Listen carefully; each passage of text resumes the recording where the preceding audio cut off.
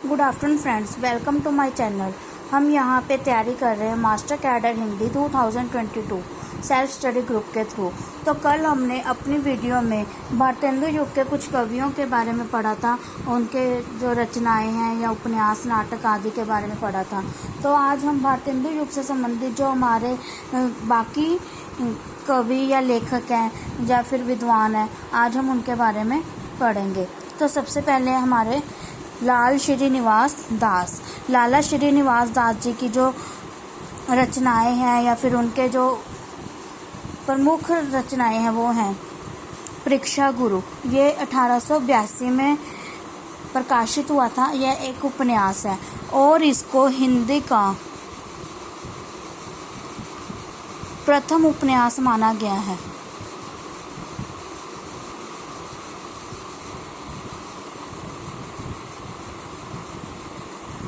हिंदी का सर्वप्रथम या प्रथम उपन्यास किसे माना गया है? परीक्षा गुरु को। और किसके द्वारा लिखा गया है? लाला श्रीनिवास दास जी के द्वारा। आगे है इनका प्रहलाद चरित। यह इनका नाटक है और इसमें 11 दृश्य हैं। आगे है तृप्ता सवरण। यह एक प्रेम कथा पर प्रेरित नाटक है, प्रेम कथा पर आधारित एक नाटक है। आगे है रणधीर और प्रेम मोहिनी। यह 1877 ईस्वी में प्रकाशित हुआ था या इसकी रचना 1877 ईस्वी में की गई थी। यह एक दुखद नाटक है। दुखद नाटक क्यों है? ये जो नाटक है ये एक इंग्लिश का अनुवाद है। जैसे कि हमारे इंग्लिश के प्रसिद्ध राइटर हैं शेक्सपियर के द्वारा जो एक उनकी लिखी हुई है रोमियो एंड जूलियट के ऊपर स्टोरी, उसका ये हिंदी में अनुवाद है जिसको एक नाटक के रूप में प्रस्तुत किया है लाला श्रीनिवास दास जी ने। तो ये थे हमारे लाला श्रीनिवास दास जी। आगे हैं हमारे बाल मुकुंद गुप्त जी की प्रमुख रचनाएं हैं। सबसे पहले है शिव शंभू के चिट्ठे। Very important.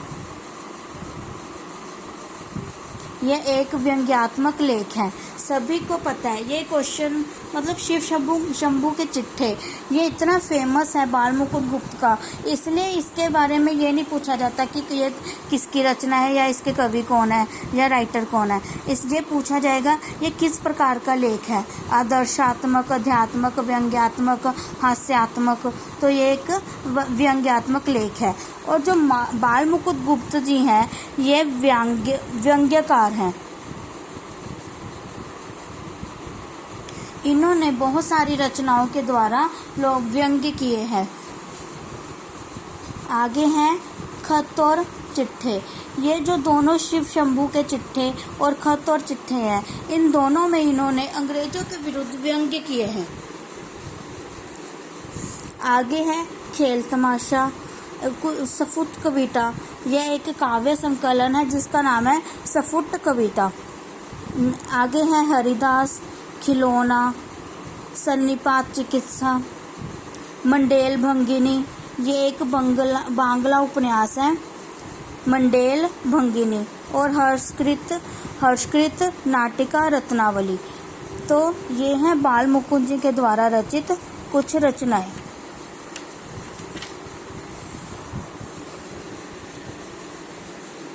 आगे है ठाकुर जगमोहन सिंह जी की जो प्रसिद्ध रचनाएं हैं या प्रमुख रचनाएं हैं उसमें है प्रेम संपत्ति लता,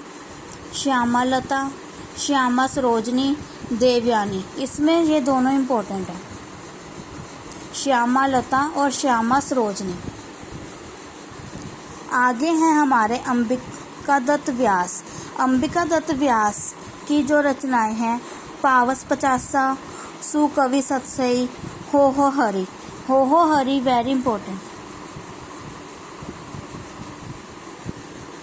तो आगे हैं हमारे राधा कृष्ण दास जी जो हैं वो भारतेंदु के फुफेरे भाई हैं, मतलब कि भारतेंदु जी की बुआ के बेटे।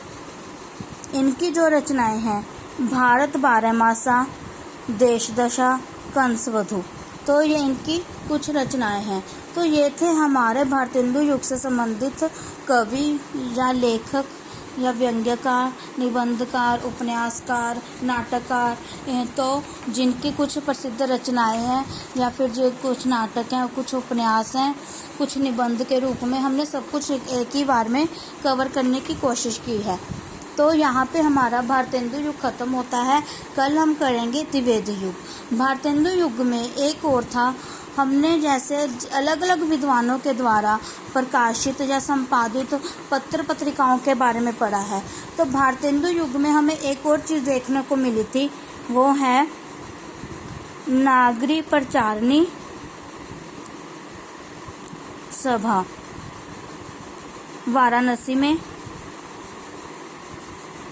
वाराणसी काशी। इसकी स्थापना 16 जुलाई 1893 ईस्वी में की गई थी। यह जो है यह सर्वप्रथम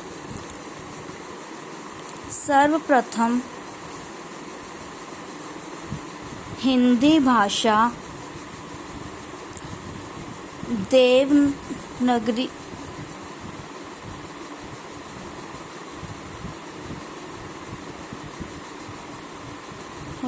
यह सर्वप्रथम हिंदी भाषा और हिंदी साहित्य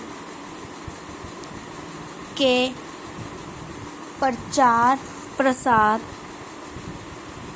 के लिए बनी थी।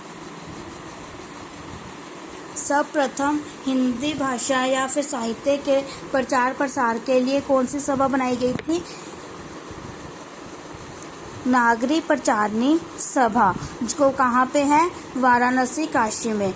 इस कब हुई थी? 16 जुलाई 1893 ईस्वी में। किन लोगों ने की थी? इसके 3 सदस्य थे।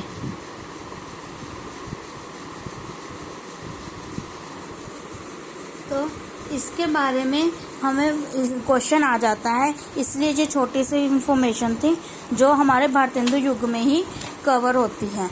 तो थैंक यू सो मच। अगर आपको मेरी वीडियो या मेरी जानकारी अच्छी लग रही है तो मेरी वीडियो को लाइक कीजिए, शेयर कीजिए, सब्सक्राइब कीजिए। कल हम द्विवेदी युग के बारे में पढ़ेंगे। Thank you so much.